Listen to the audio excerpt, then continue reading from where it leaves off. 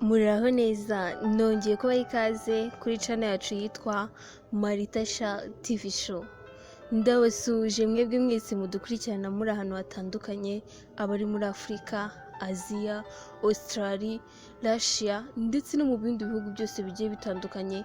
Ni ukuri mbashimiye yuko mudahwema kubana natwe umunsi ku wundi. Imana ibaho umugisha. Ndabibutsa gukora subscribe wowe utarayikora, nawe wayikoze ndagushimiye cyane. Imana iguha umugisha. Nk'uko mubimenyereye, ngenda mbazanira ibintu byinshi bigiye bitandukanye kandi by'ingenzi bidufitiye n'umumaro. Kuri uyu munsi rero mbazaniye ubusobanuro ndetse n'imyitwarire by'abantu bitwa amazina tugiye kurebera hamwe muri aka kanya. Ubundi ahanini nk'uko ubushakashatsi bwagiye bubyerekana, ngo usanga izina ry'umuntu ngo ari ryo risobanura uwo ari we, cyangwa se koko ndi bakunda kuvuga ngo yewe ngo izina ni ryo muntu, kuko ngo iyo urebye umuntu cyangwa se ukareba imwe mu myitwarire iranga uwo muntu, ngo biba bihuye n'ubusobanuro bw'iryo zina rye. Bityo nk'uko abakunzi ba Maritasha TV show mukomeje kudusaba ko twazajya tubabwira imico iranga abantu batandukanye dukurikije amazina yabo, iyi niyo mico twabahitiyemo kuri uyu munsi, ndetse n'ubusobanuro biranga bamwe muri aba bantu bitwaye amazina akurikira. Tugiye guhera ku izina rya mbere, Joseph cyangwa se Joseph. Akunze kuba ari umunyakuri, umunyamugisha, ari inyenyeri y'abandi, ndetse rimwe na rimwe aba ari umuvugizi cyangwa se umuvumbuzi. Arangwa n'ibitekerezo byubaka, ikindi kandi akaba ari umunyamurava. Afite impano yo kuyobora, ahanini akamenya no gukemura ibibazo, kandi akaba ari wa muntu udahangayikishwa n'uko atarangije ibyo yatangiye, ahubwo akabiharira abandi. Akorana umurava akazi ke, ndetse yizera mu mategeko. Ibi ngibi ni imico ndetse n'imyitwarire biranga abantu bitwa ba Joseph. Niba uri kudukurikira uri Joseph, urebe muri ibi ngibi niba hari ibyo wujuje. Izina rya kabiri ni Louise. Louise ni wa muntu ugira ubumuntu. Agira ubuntu, ariko ubwo buntu bwe akabugira ku muntu uzamwishyura. Ahorana morale, arasabana, kandi akaba ari n'umunyabwenge. Ikindi ahora ashaka ubwiza, kandi akaba ari wa muntu ukora ibintu ari uko yabanje kubitekerezaho. Aba yumva yayobora abandi. Ni umukozi mwiza, kandi akaba ari wa muntu ugira umutima ukomeye. Aba yumva yakora ibintu bitandukanye n'iby'abandi, kandi akikundira politiki n'ubuhinzi. Ngaho ba Louise nababwiritse, nizere ko mwateze amatwi. Tugeze ku izina rya gatatu, Theogene. Theogene yishimira kuyoborera buri wese mu bubasha bwe, agakora icyo we ashimye abandi batashimye. Uwo ni Joseph ukunda gukora ibyo ashimye abandi batashimye, kandi iyo bimushobokeye buriya ngo agira ibitekerezo byiza. Arangwa n'amarangamutima mu buryo akora byose, cyangwa se mu byo akora byose.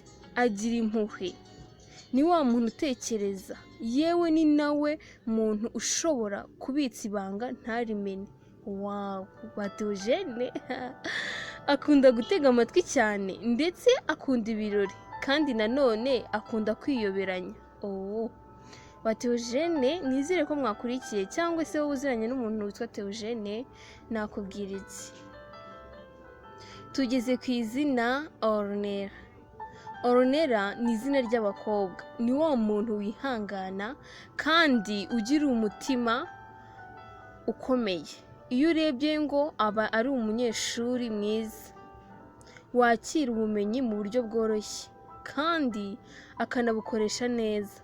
Ashobora kuba ari umwere cyangwa se umunyabyaha, akunze kurwana n'ibibazo bye bucece ntawe bibwiye, ahora we yumva yahora mu mutuzo, akunze nanone kwishimira ubuzima mu rukundo, gutembera, kandi ibyo yemeje aruhuka ari uko abirangije, atitaye ku ngaruka mbi biri bumugireho. Akunze kuba ari wa muntu uvugisha ukuri ndetse wubahiriza gahunda. Uwo ni Ornella. Tugeze ku izina Desire. Desire ni izina ry'abahungu. Desire aba ari umunyembaraga mu buryo bwose, akunze kuba ari umushoramari ndetse aba ari n'umukozi mwiza, haba mu mitekerereze ndetse no mu bikorwa. Ikindi, akunze gufata imyanzuro neza, atagize uwo abangamiye bitewe n'imiterere ye, ituma abona umwanya mwiza mu kazi akora. Ikindi, ni wa muntu unywa wikaruma, rimwe na rimwe arangwa n'ikinyabupfura ndetse n'ibitekerezo byubaka. Iyo afite inzu ye atuje, akunda umuryango we wose ndetse akanawitaho, akaba ari n'umuyobozi mwiza w'urugo ugendera ku murongo. Ikintu kiba mu mutima we ni ubutabera ndetse n'ukuri. Tugeze kuri Agnes cyangwa se Agnes. Agnes ni izina ry'umukobwa. Agnes ni umunyembaraga uhambaye kandi wihagararaho. Agnes ntabwo aba ari umwubatsi gusa, ahubwo aba azi no guhiga agahigura. Aba yumva abantu bose bagendera ku byo we ashaka cyangwa ku bitekerezo bye.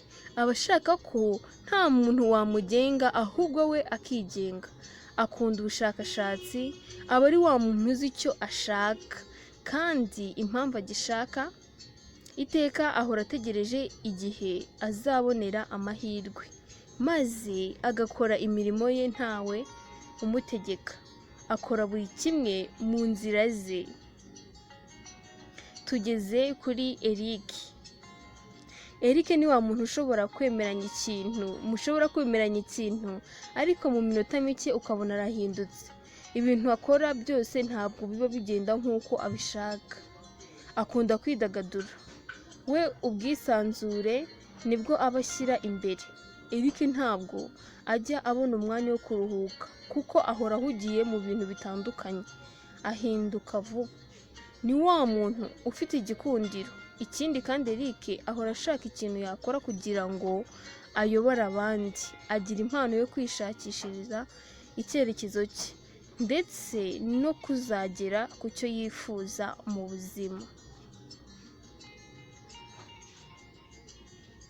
Tugiye kureba irindi zina ryitwa Esther. Esther nawe ni wa muntu mwumvikana ku kintu ariko mwatandukana gato, mwakongera guhura ugasanga yahinduye ibitekerezo. Mbese muri make arahindagurika. Ahanini n'ibyo akora ugasanga bigoranye. Akunze kwidagadura, nawe yikundira ubwisanzure nka Eric. Gusa we akaba ari wa muntu uhorana morale ndetse akunze kuba afite igikundiro. Akunze gutembera kandi ni wa muntu ushima. Yikundira kuvuga cyane. Umuhaye igihano wamwicisha irungu. Tugeze ku izina rya nyuma tugiye gusorezaho kuri uyu munsi, ari ryo Richard cyangwa se Richard. Richard akunze kuba ari umunyamategeko kuko bimuba mu maraso. Icyo yatangiye cyangwa se yatangije aruhuka ari uko kirangiye. Ni umunyembabazi ndetse akunda no gufasha abantu. Ni wa muntu wirekura. Akunze kugira umwanya wo kuruhuka. Ikindi kandi yemera icyo ahawe cyose. Agira impano yo kuyobora ubushoramari, ubucuruzi, ubuhanzi ndetse n'ubushakashatsi mu bya siyansi. Ahora kandi yumva ko yakorera iperereza ku kibazo cyananiranye. Mu by'ukuri kandi ngo ni wa muntu uba yumva yakwisumburaho mu buryo bw'ubwenge. Uwo ni Richard. Akaba ari nawe dusorejeho muri aka kanya. nyuma y'aya mazina tukaba tubijeje ko tuzajya tugenda n'ubundi tubasobanurira imyitwarire y'andi mazina muzagenda mudusaba ko twabasobanurira. Ahanini usanga ngo 90% y'imyitwarire y'abantu iba ihura n'ubusobanuro bw'amazina yabo. Mwakoze kubana natwe.